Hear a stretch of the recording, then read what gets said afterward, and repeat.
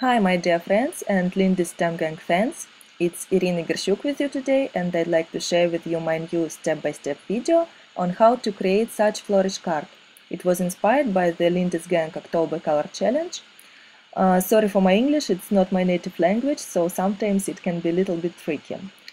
Okay, let's start.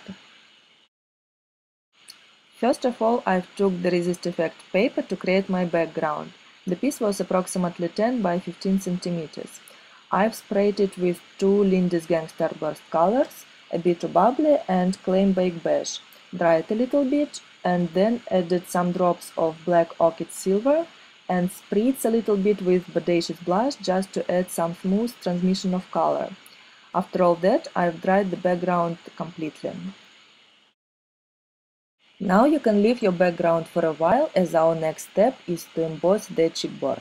I found a piece that to my mind fits the composition and embossed it with Lindy's STEM Gang Orange Creamsicle embossing powder. Now we can go on to embellishing our project. I glued the background to a cardstock and started to create the composition. I wanted this card to have some hint of autumn and textile, so I used some natural elements such as cinnamon, piece of orange, acorns, sisal and wood. To finish the composition, I've used tulle, twine, flowers, artificial moss and our embossed chipboard piece. After all the embellishments were glued together, I've spritzed the composition here and there with Glitz Spritz Royal Peacock just to add some sparkling and the dew effect.